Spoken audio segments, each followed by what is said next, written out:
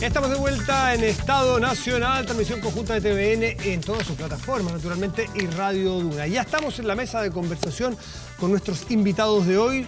Nicolás Izaguirre, buenas noches, Nicolás, gracias por estar Matías, aquí. mucho gusto. Ana Uriarte también, muchas gracias por acompañarnos. Muchas gracias, Matías, buenas noches. Constanza Hug, muchísimas gracias. Muy buenas noches, Matías, muchas gracias. Carlos Larraín, muchas gracias por estar. Matías. Bueno, hay muchísimos temas, partamos rápidamente por uno que ha dado mucho que hablar, porque mañana se ve en Comisión de Derechos Humanos en el Senado, y que ha dado para toda clase de controversias y columnas, que tiene que ver con este indulto. Aquellas personas que a partir del 7 de octubre de 2019 fueron detenidas, están detenidas, no condenadas, están procesadas, detenidas hasta algunos días de diciembre, va a ser un indulto, lo que se ha llamado, algunos dicen, hay grupos que dicen que son presos políticos, otros dicen que sería un indulto o la negación del derecho porque caería muchísima gente responsable y no responsable. Otros dicen, entonces, hay que fijarse en por qué hay gente detenida hace un año y no ha terminado el proceso. Pero, en fin, ¿qué opinan ustedes sobre esta idea del indulto a Ana Uriarte? Entiendo perfectamente que estamos hablando de un tema polémico, que es un tema realmente muy controversial, pero quiero partir diciendo que soy abogada y en consecuencia para mí un tema que es muy central es algo que tú acabas de mencionar, y es el hecho de que no se puede pretender asignar responsabilidad penal, que es la más grave, a una persona individual para así castigar al grupo social al cual se le imputa pertenecer o al cual pertenece efectivamente. ¿Qué quiero decir con esto? Quiero decir que el propio Ministerio de Justicia reconoció que entre el 19 de octubre del 2019 y el 6 de diciembre del 2019 se detuvieron ni más ni menos que 28.210 personas. El proyecto habla del 7 de octubre, antes del estallido social, ¿no? Y yo estoy diciendo lo que dice el Ministerio de Justicia. El Ministerio de Justicia reconoce esta cifra. Entonces, cuando tenemos 28.000 y tantos personas que fueron detenidas en esto, como pesca de arrastre, digamos, que se da en las manifestaciones por las características que ellas tienen, es muy difícil para un juez llegar a tener la convicción que exige el derecho penal de que la persona que tiene al frente es efectivamente la responsable de los hechos que se le imputan. Cuando esto es así y adicionalmente se suma a que tenemos gente que lleva 1 año y 2 meses presa, o en el mejor de los casos, como la gente que fue detenida en marzo ahora del 2020, antes de la pandemia, y que están todavía presos, caso grave, 44 detenidos en marzo de este año 2020, a los cuales se les señaló como integrantes de la primera línea. De esas 44 personas, solo 4 tenían antecedentes penales. Y de esas personas siguen 28 presas hasta el día de hoy, en circunstancias que a cualquier ciudadano, por el tipo de penalidades que estamos hablando, en el tipo de delitos que se les imputa, estarían en su casa con firma. Entonces, ¿qué ocurre? Y con esto termino para concretar. Cuando se habla de indulto, no se habla de borrar el delito. Se habla de eximir a la persona de cumplir la pena o bien de seguir siendo procesado por ese delito.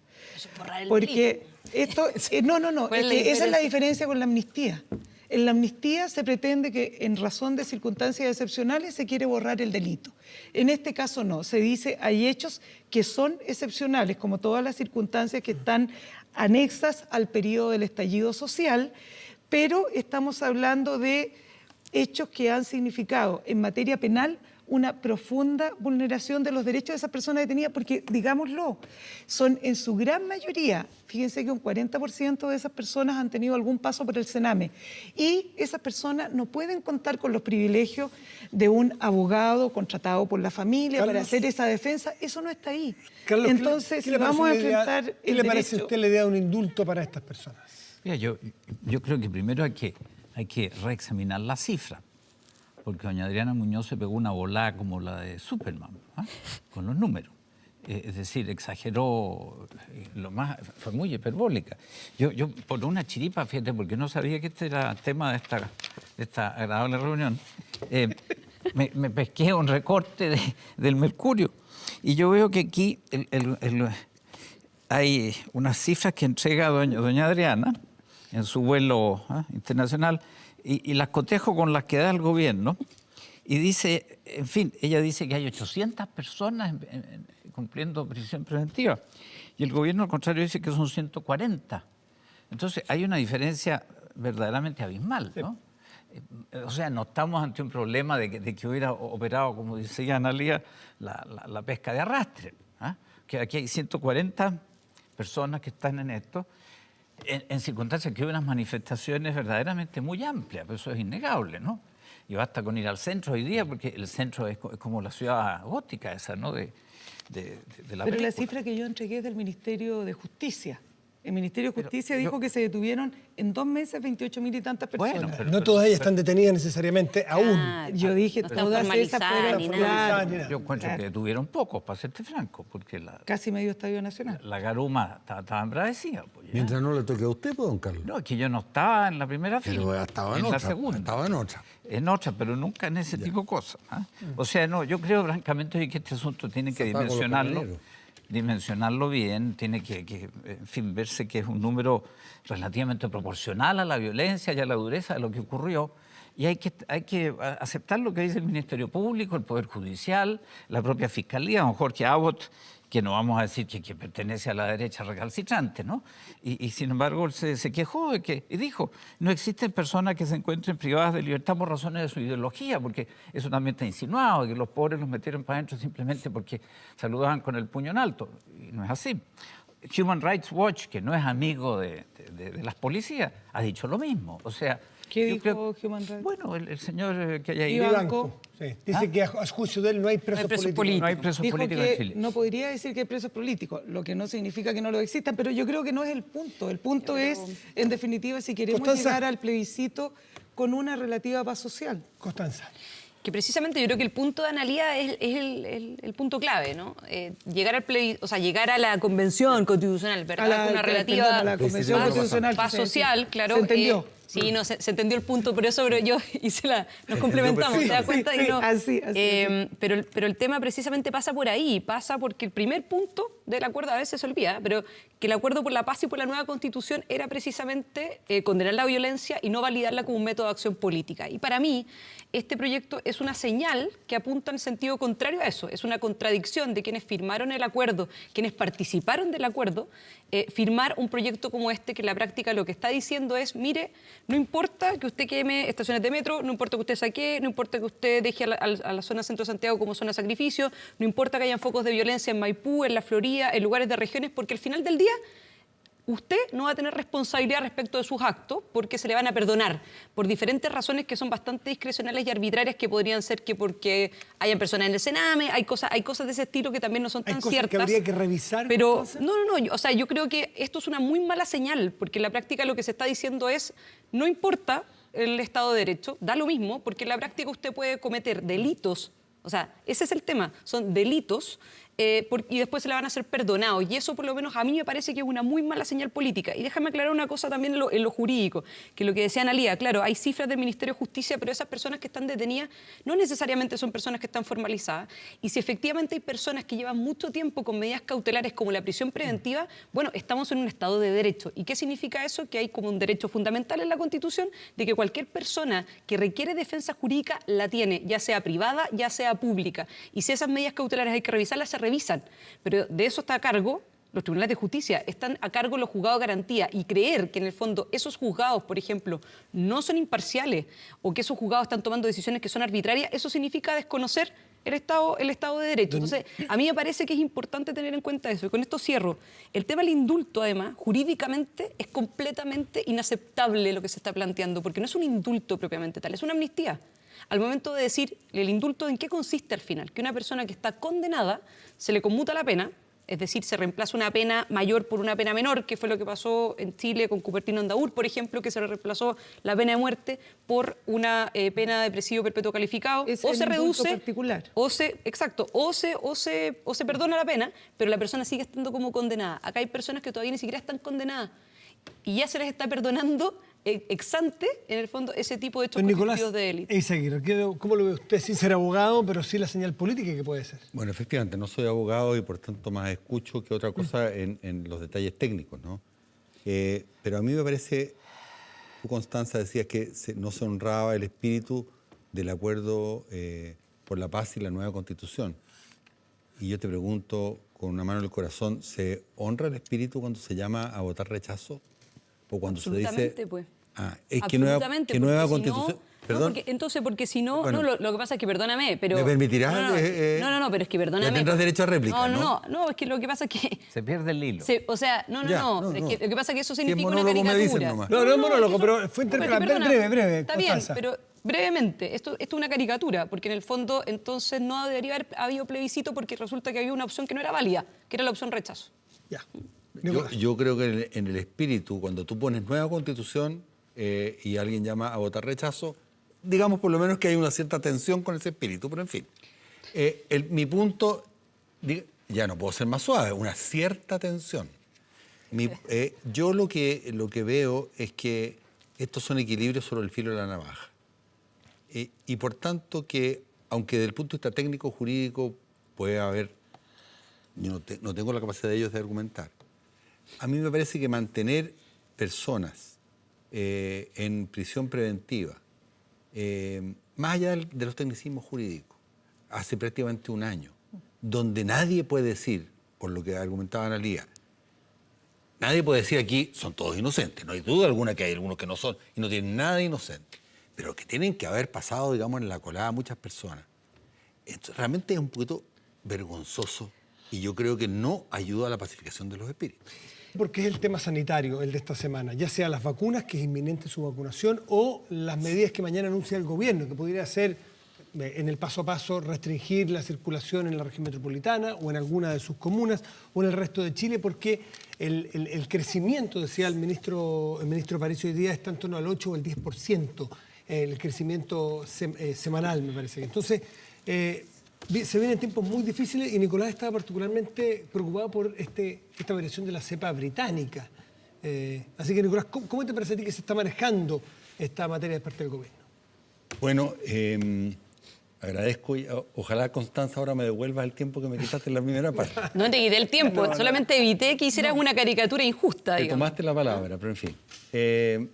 Bueno, no peleemos y tratemos de conversar sobre esto que posiblemente podamos estar más de acuerdo. Mira, hay que tener extraordinario cuidado, porque aunque la ayuda viene en el camino, como dicen por la vacuna, lo peor todavía no ha pasado y se va a poner esto peor antes de ponerse mejor. Entonces, primero seamos rigurosos. Nosotros hemos tenido, se ha estacionado el nivel de circulación del virus en un nivel más bajo que cuando tuvimos el Sí. pic de abril y junio, pero el nivel en que se estacionó es un nivel relativamente alto. Y si tú miras lo que pasó en el hemisferio norte, porque esto está muy determinado por el factor de la estación del año, ya a mediados del verano, fines del verano, primero Europa, después Estados Unidos, el rebrote se produce porque la gente está... Primero porque se contacta mucho más en el verano y después porque se hacina cuando comienza el frío. Y la vacuna que viene en camino, nosotros tenemos contratos efectivamente por unas cantidades enormes, pero de los contratos que tenemos, solo Pfizer tiene autorización. Sinovac y Johnson & Johnson todavía no tienen autorización. Por tanto, no podemos contarlo como un hecho cierto. Segundo, la lucha que hay en este momento entre distintos países del mundo, yo soy adicto a la prensa internacional, por obtener las dosis rápidamente, es enorme. Por tanto, todo lo anterior sumado, nosotros no podemos trabajar con la expectativa de que vamos a tener un nivel de vacunación significativo, 70%, antes de bien avanzado el año. Y si ahora sumamos el famoso 711, que es la nueva cepa, que no se sabe exactamente si la vacuna es completamente efectiva, porque está... La de Pfizer, la de Exacto. Sinovac es más adecuada. Sí, pero es que la de Sinovac no ha pasado la fase 3 todavía. Y No, lo sí que- está en fase 3. Está en fase 3. Lo que no Está está todavía... fase 3, no sí, ha está sido en fase 3. aprobada todavía. No, todavía Tienes no. que pasar la fase 3 para ser aprobada. Estamos diciendo lo mismo. Entonces, esto actúa sobre una proteína que no se llama Spike, sino que al revés, Spike. Y desgraciadamente, la mutación se está produciendo precisamente en esa proteína. Entonces, lo que dicen los científicos hoy día, yo lo leí antes de venir, es que parece ser que la vacuna es igualmente efectiva frente a esta mutación, pero parece ser, no lo sabemos todavía. Poco En es- síntesis, sí. esto va a seguir voy a usar palabras de campo, animando la cueca nacional por muchos meses todavía. En esta mesa, ninguno de esta mesa tiene la capacidad de evaluar, porque estuvo sentado 2 veces en el sillón de Hacienda, que manejando las riendas de la economía, este trade-off que hay de hasta dónde, porque mañana nos pueden encerrar, ¿cierto? Pueden restringir nuestra circulación y tiene un efecto dramático en lo social y en lo económico. Y puedo hacer un pequeño punto. Ese trade-off, ¿cómo lo ve usted? A mí me gusta una cierta nobleza en política. Así como yo he criticado muchas veces al ministro Briones, porque creo que ha sido muy tardío la ayuda a la familia, en el caso del trade-off entre economía y pandemia, creo que la autoridad, tanto económica como sanitaria, ha estado en lo correcto. Ellos no les ha temblado la mano para volver a hacer pasos atrás cuando ha sido, y yo espero que siga así. Don Carlos, ¿cómo lo ve usted el manejo que se ha hecho de lo sanitario en general, de las restricciones, de lo que vienen las vacunas, del Chile como uno de los países que más se adelantó a comprar vacunas y tener más dosis de las que... Mira, yo por lo pronto tuve el COVID, ¿eh? Y me dejó sumamente apaleado, mental y físicamente. ¿Eh? Pero nosotros te vemos rozagante. Pero es que es la pintura. Ah, ya. Oye, chistes aparte. Yo estaba en Magallanes, en un lugar que tiene 100 habitantes. Y allá, oye, nos perseguían para que nos cuidáramos. Personal del servicio, de la posta local, hay una posta nomás. Oye, nos llevaban cloro, el alcohol ese pegajoso, nos retaban porque andábamos sin la mascarilla y eso que allá el viento, ¿para qué te digo? Te puede llevar el bicho y allá el humano que lo porta fácilmente. No, en serio. Imposible no reírse con don Carlos. Bueno, hay que hablar así. Va a tomar algún frívolo, pero es que es demasiado divertido. ¿Qué voy a hacer? No, pero en serio, mira, yo en realidad, si digo que el gobierno lo ha hecho bien, alguien va a decir que estoy en plan propagandístico, pero yo de veras pienso que han combinado bien el aspecto sanitario tan sumamente complejo. Todas las autoridades del mundo han demostrado, oye, que están tanteando, están adivinando muchas veces, y no por malos ni torpes, sino porque es un desafío completamente nuevo, ¿no? Así como fue la H1N1 hace, 10 años. Yo francamente creo que este equilibrio entre lo económico y lo sanitario lo han conducido con bastante realismo. Ahora, porque inicialmente la conducción fue un desastre, tanto que llegamos a hacer récord mundial. Y todavía hay un punto, tú hiciste una entrevista muy interesante por la radio respecto al tema de la trazabilidad. Yo creo que es importante que eso se siga diciendo. La trazabilidad todavía es subóptima. Y como todavía no estamos fuera del bosque, ojo, concentrémonos ahora. Pero yo acepto que el gobierno no le ha temblado la mano a la hora de hacer cuarentena cuando es necesario. Analía, ¿cómo evalúas tú la acción del gobierno en su totalidad? Mira, en verdad, reconociendo que el tema es de una complejidad tremenda, manejar un país en estas condiciones en verdad es un desafío mayor y le pasa a todo el mundo. Lo único que yo creo que a esta altura uno diría, han pasado tantos meses y todavía esperamos las campañas de autocuidado mucho más enérgicas. Hay muchísima incertidumbre aún en la población respecto de cómo actúa el virus y sabemos lo de la mascarilla, sabemos lo de las manos, el gel, etcétera, pero pareciera que el relajo que se produce a partir de septiembre con las fiestas patrias hasta ahora nos está pasando una cuenta muy alta. Y lo dicen los epidemiólogos consistentemente. En esto cada cual va a tener que jugar, cada persona juega un rol fundamental, pero para que lo juguemos tendríamos que estar viendo en la televisión, como me imagino a esta hora todo Chile mirándonos a nosotros, tendría que haber aviso acá. O sea, que no cabe ninguna duda. Supieron que veníamos y estamos rompiendo el récord. Estamos rompiendo el récord en este minuto. Yo digo acá y lo afirmo. Pero ves tú cómo me interrumpió. Esto sucedía en el gobierno también. El rebrote, desgraciadamente, va a ser todos los minutos ya se los devolvimos, pero con interés. Pero una cosita, usted dice que la gente se prometo relajó. Silencio. La gente se relajó después del 18, aparentemente. Yo creo que ahí se soltó una mano que todo el mundo esperaba. ¿Se soltó la mano o la responsabilidad del propio individuo? Estas cosas son de ida y vuelta. La autoridad permitió desde luego algunos espacios y la gente se lo tomó, sin la campaña que estuviera diciendo, no se le olvide lo que estamos viviendo, esto es grave, es gravísimo, y ahora a lo que vamos pareciera ser mucho más grave que lo anterior. Y yo no veo la campaña en televisión que diga, cuídese, no salga, los moles están llenos. Hoy día decían en Quillota o Limache, no recuerdo cuál de las dos ciudades, el mall estaba lleno, las colas de 5 cuadras, la gente adentro atestada. O sea, es decir, la crónica de la enfermedad anunciada. Vamos a hacer una pausa y ya volvemos en Estado Nacional. Espérenos.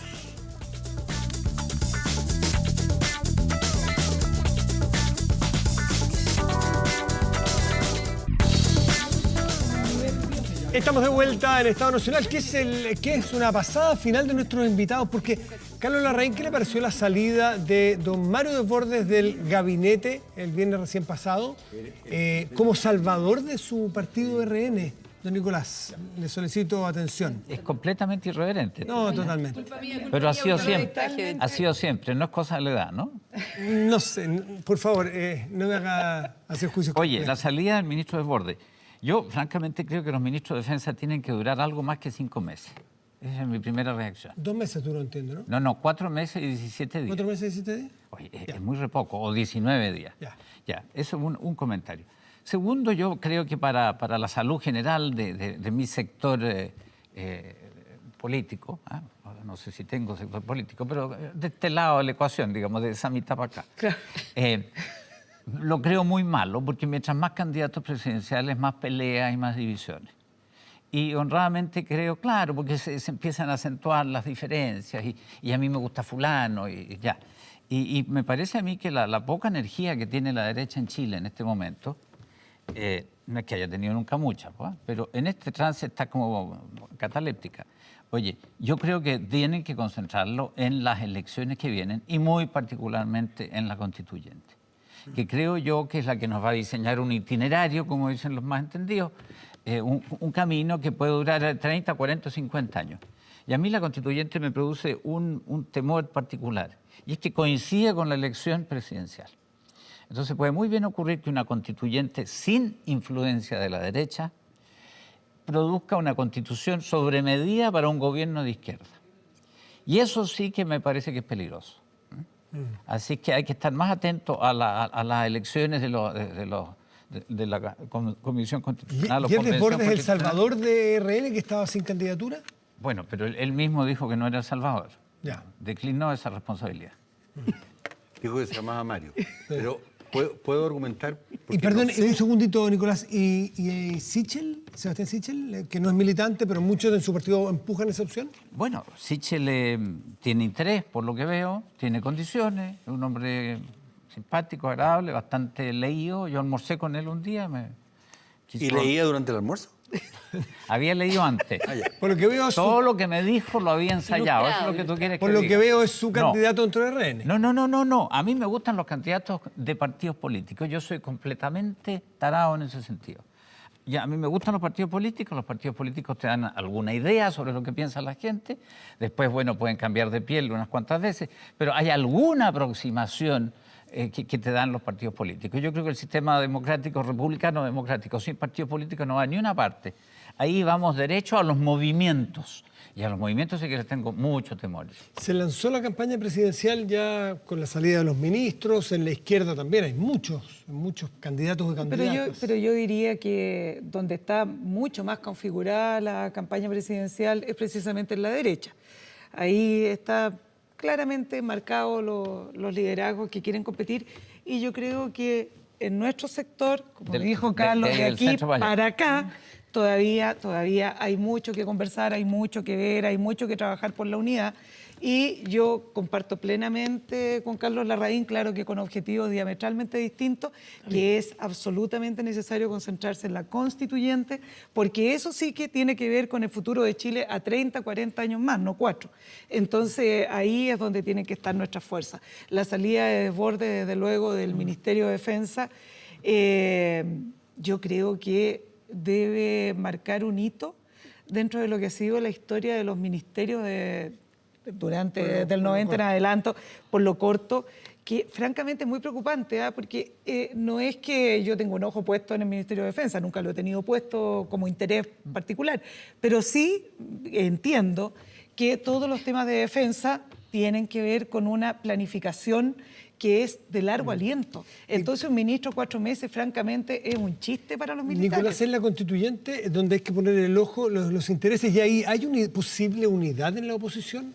Absolutamente. Yo no sé si interpreto, si es lo que trataba de decir Carlos, pero si es... O sea, me está diciendo que fui oscuro. No, porque no te quiero sobreleer, Carlos, porque te tengo mucho respeto. Pero a mí me parece un ejercicio digno de Ionesco en lo que estamos. A veces tú no puedes evitarlo, porque los procesos sociales son así. Pero fíjate tú que se despliegan candidaturas por aquí y por allá, en circunstancias que vamos a discutir durante la Convención Constituyente, ni más ni menos que el régimen político. O sea, puede que las atribuciones de ese presidente que hoy día, ¿cierto?, se está perfilando, y ponte tú que decidamos que lo que yo favorezco, que haya Cámara Única. Entonces lo que se presentan a senadores va a ser ¿para qué? Entonces te das cuenta que hay un problema de consistencia lógica. Entonces, para mí, claramente, lo más importante en este momento es la constituyente. Y debo decir que, contrariamente a lo que pasa a la mesa para allá, yo creo que la posibilidad de que nosotros tengamos una constitución, entre comillas, chavista, donde no se respete la separación de poderes, donde las personas se pueden eternizar en la primera magistratura, o donde no se respete los derechos individuales, tiene cero probabilidad. Cero. Porque no hay votos simplemente para eso. La centroizquierda y la derecha no están en esa. No sé si habrá algún grupo. En cambio, sí, lo que me preocupa es que la derecha siga como 30 años asilado en una constitución neoliberal que yo creo que no ayuda, y que los alemanes, la derecha alemana, entendió el año 45, no ayuda a encontrarnos chilenas y chilenos. Constanza.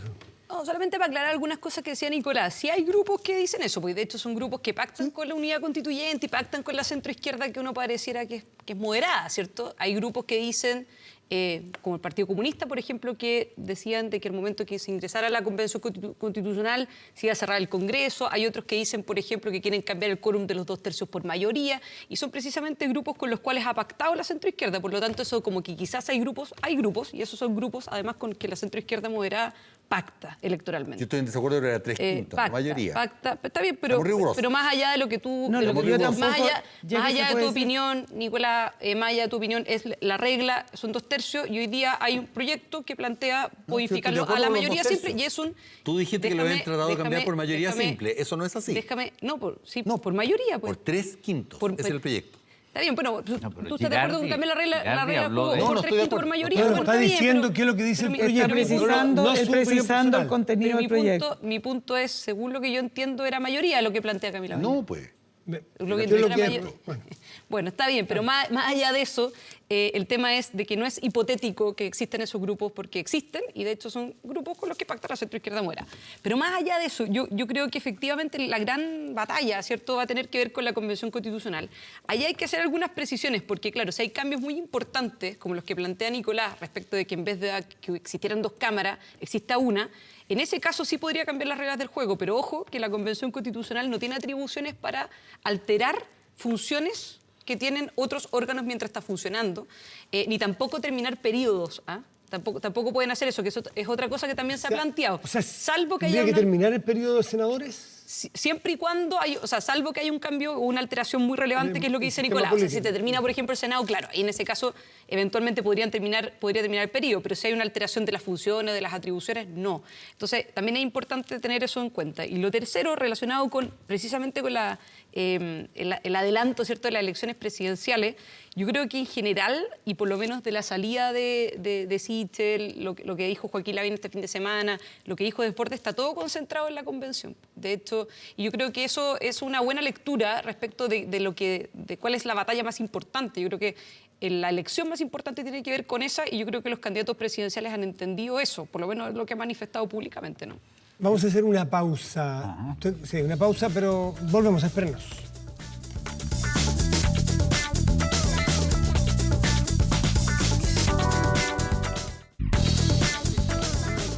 Estamos de vuelta para despedir a nuestros contertulios, agradecerles esta interesante conversación. Analía Uriarte, muchas gracias por venir. Muchas esta noche. gracias, Gladys Matías. Aguirre también. Constanza tenía razón.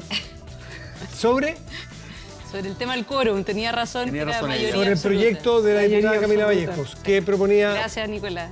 Ya, está muy bien, está bien. Don Carlos Larraín, muchas gracias Gracias, también por Matías. estar aquí A esta ustedes por noche. Y invitarme. Constanza. Nos vamos como Superman ahora. A ustedes Super- los dejamos Superwoman. invitados para la Invitación próxima de semana. Adriana Muñoz. Inminente la vacunación y con esta el semana. virus, Mañana, la pasado, mañana no. primera Pasado, será miércoles, desplazado la primera el virus, vacunación, se pocas, supone pero que ya se iniciaría. Y mañana tempranito el ministro de Salud va a dar a conocer las nuevas medidas sanitarias para enfrentar los momentos que vienen. Muy buenas noches y gracias por venir.